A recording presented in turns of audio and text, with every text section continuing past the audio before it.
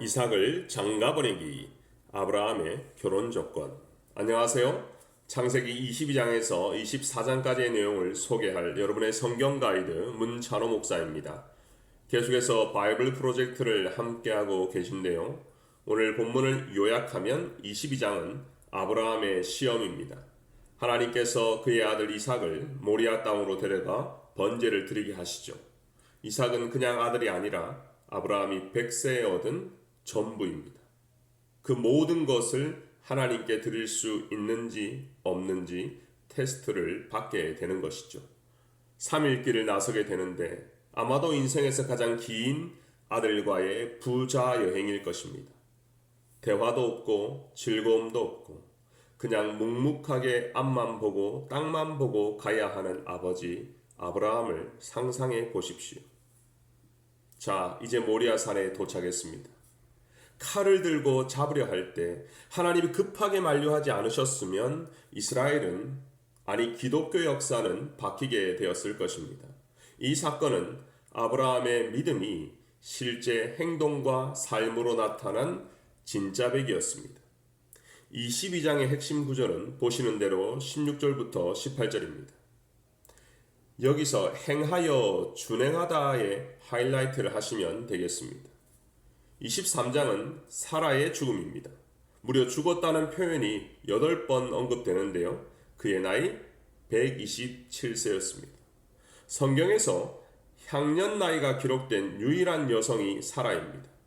그만큼 아브라함에게는 큰 사건이었습니다. 사라가 죽고 장사를 지내기 위해 가나안 땅에서 막벨라 굴을 얻음으로써 하나님과의 실제 약속이 이루어지는 것을 아브라함이 경험하죠. 핵심 구절은 18절과 20절입니다. 여기에서 여러분의 성경책에 소유와 확정이라는 단어에 하이라이트를 하시면 되겠습니다. 오늘은 마지막 24장을 집중적으로 살펴보겠습니다.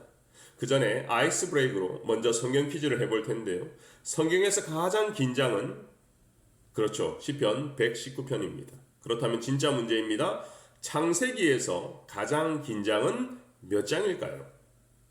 네, 눈치가 있는 분은 바로 맞추었을 겁니다. 24장입니다. 몇 절까지냐면 67절입니다. 이삭이 리브가를 인도하여 그의 어머니 사라의 장막으로 드리고 그를 맞이하여 아내로 삼고 사랑하였으니 이삭이 그의 어머니를 장례한 후에 위로를 얻었더라. 지난 토요일 우리 마을의 한 성도의 아들 결혼식이 30분 만에 끝이 났다고 들었습니다. 팬데믹 기간이라 안전을 위해서 대부분의 순서를 다 생략한 것이죠.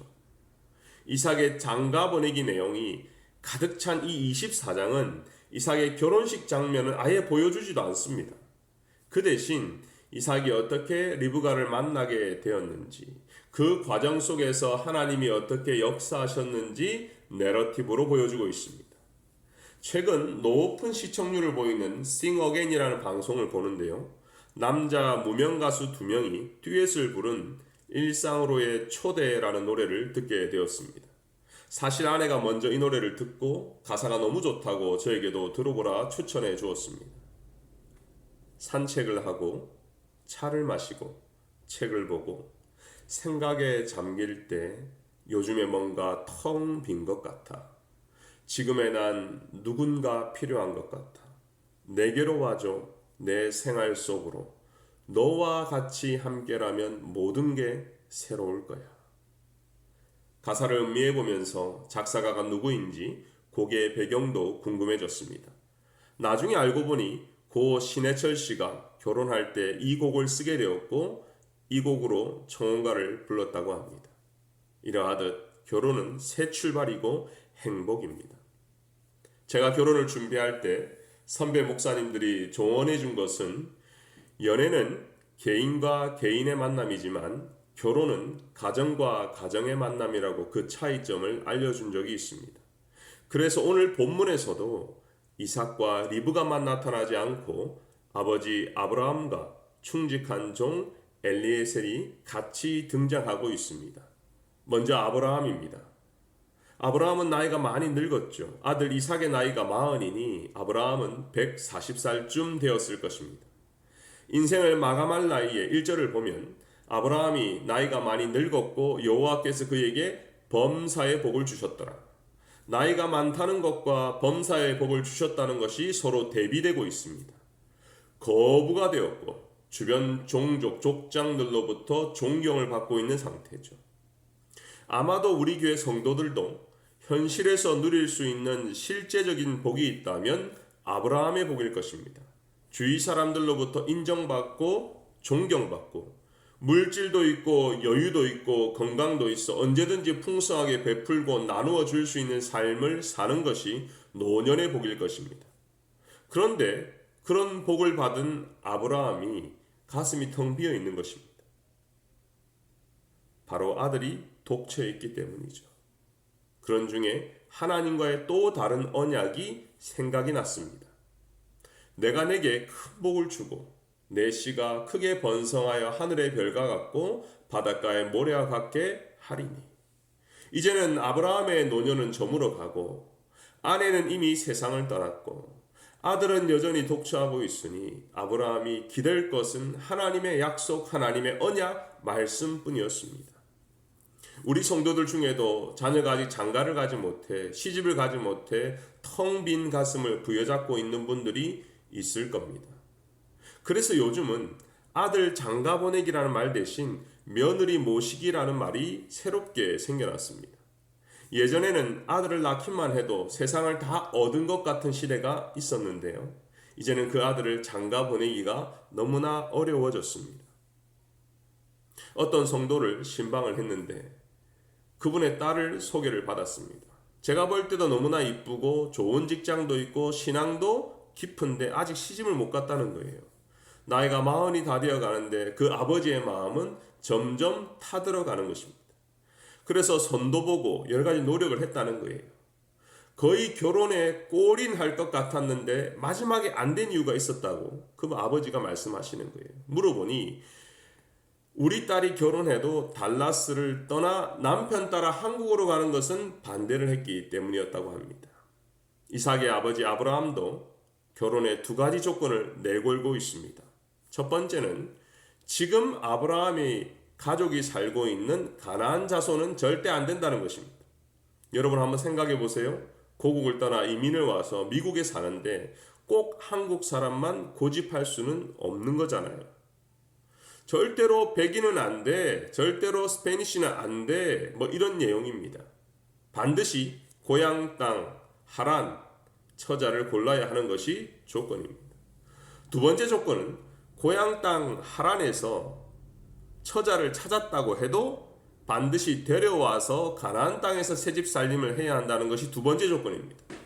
조건이 점점 까다로워지고 현실 불가능하게 보입니다. 아니 어떤 처자가 난생 처음 보는 사람의 말을 듣고 800km나 떨어진 머나먼 외국 땅으로 결혼하러 가겠느냐는 것이죠. 그래서 충직한 종인 엘리에셀도 이건 불가능한 조건이라고 항변하고 있습니다. 그러나 아브라함은 고집이 보통이 넘습니다. 조건을 바꾸지 않습니다. 옛말에 남자는 장가를 드는 것이고 여자는 시집을 간다고 표현했는데 딱 맞는 말이 되었습니다. 그렇다면 왜 아브라함은 이런 고집을 부릴까요? 아니 실현 불가능한 조건을 내걸었을까요? 여기서 오늘 24장의 묵상 포인트가 나옵니다. 아브라함은 하나님의 약속을 그대로 믿었습니다. 이삭은 이 가나안 땅의 상속자이니 여기를 떠나 살면 안 되고 또한 나의 씨가 이 가나안 사람들로부터 나오면 안 되었기 때문에 그의 결혼 조건은 하나님의 말씀에 기초했다는 것입니다. 우리 교회 청년들이 기도하는 제목 중 하나가 배우자에 대한 기도일 것입니다. 믿음의 배우자를 위한 기도는 고집을 부려도 됩니다. 자, 다음 인물은 엘리에셀입니다. 성경에 등장하는 최고의 종이라고 저는 생각합니다. 특히 주인에 대한 충성심은 존경에 가깝습니다. 그리고 그의 기도를 보면 그의 신앙을 엿볼 수 있는데요. 12절입니다. 그가 이르되 우리 주인 아브라함의 하나님 여호와여 원하건대 오늘 나에게 순조롭게 만나게 하사 내 주인 아브라함에게 은혜를 베푸시옵소서. 그는 이삭 장가 보내기가 한 사람의 주인 아들의 혼인을 위한 것이 아님을 잘 알고 있습니다. 이삭을 통해 모든 민족에게 미칠 하나님의 계획과 축복으로 확신했습니다. 그래서 혼자 속으로 생각합니다. 하란으로 가서 누군가에게 물을 달라고 했을 때 흔쾌히 물을 줄 뿐만 아니라 낙타 10마리에게도 물을 길러준다면 그 사람이 바로 이삭의 신부감이라는 확신입니다. 운이 아니라 그의 기도였습니다. 그리고 그 기도가 마치자마자 리브가가 나타났습니다. 우리도 세상 문화, 개인의 욕심에 이끌려 우리의 딸, 우리의 아들이 이런 사람과 저런 사람과 결혼했으면 하는 기도 제목이 있을 겁니다. 하지만 자녀를 위한 우리의 기도가 하나님의 뜻 가운데 있는지 확인해 보아야 할 것입니다. 오늘은 이삭 장가 보내기를 통해 왜 아브라함이 조건을 내걸었는지, 그리고 결혼하는 것이 단순히 두 남녀가 눈이 맞아서 되는 것이 아니라 하나님의 약속과 돕는 자들의 기도가 필요한 것임을 깨닫게 되셨을 겁니다. 여러분의 결혼 조건은 무엇입니까? 지금 청년들과 학생들, 그리고 노년에 이른 분들, 여러분들의 며느리와 여러분들의 사위의 조건은 무엇입니까? 세상의 기준을 완전 무시할 수는 없지만 아브라함은 하나님과의 언약을 믿었고 불가능한 상황 중에도 그 언약대로 기도하고 순종했습니다.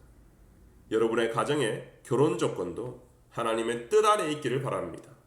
그리고 팬데믹으로 미루고 있는 결혼식들이 빨리 진행되어 거룩한 가정을 이루고 저처럼 3명 이상 낳기를 바랍니다.